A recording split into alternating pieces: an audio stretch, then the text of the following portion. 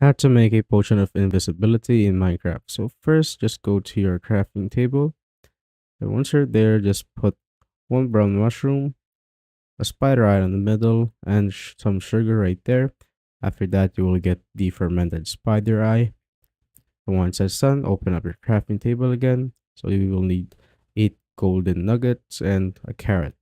So place it here, place it around the middle right there, and place the carrot here on the middle so you can get a golden carrot. Now, once you have that, what you need is also a nether wart. So get some nether wart right here. Now, go to a brewing stand. So you will need a brewing stand. Then open it up. Put the water bottles there at the bottom. Once that's done, just simply get the nether wart and place it right here. And get your blaze powder and place it here on the side. And just wait for it to finish brewing. So once that's done, you will get this awkward potion right here. Now what you will need is a golden carrot and just simply place it here on the top again and just wait for it to finish brewing again.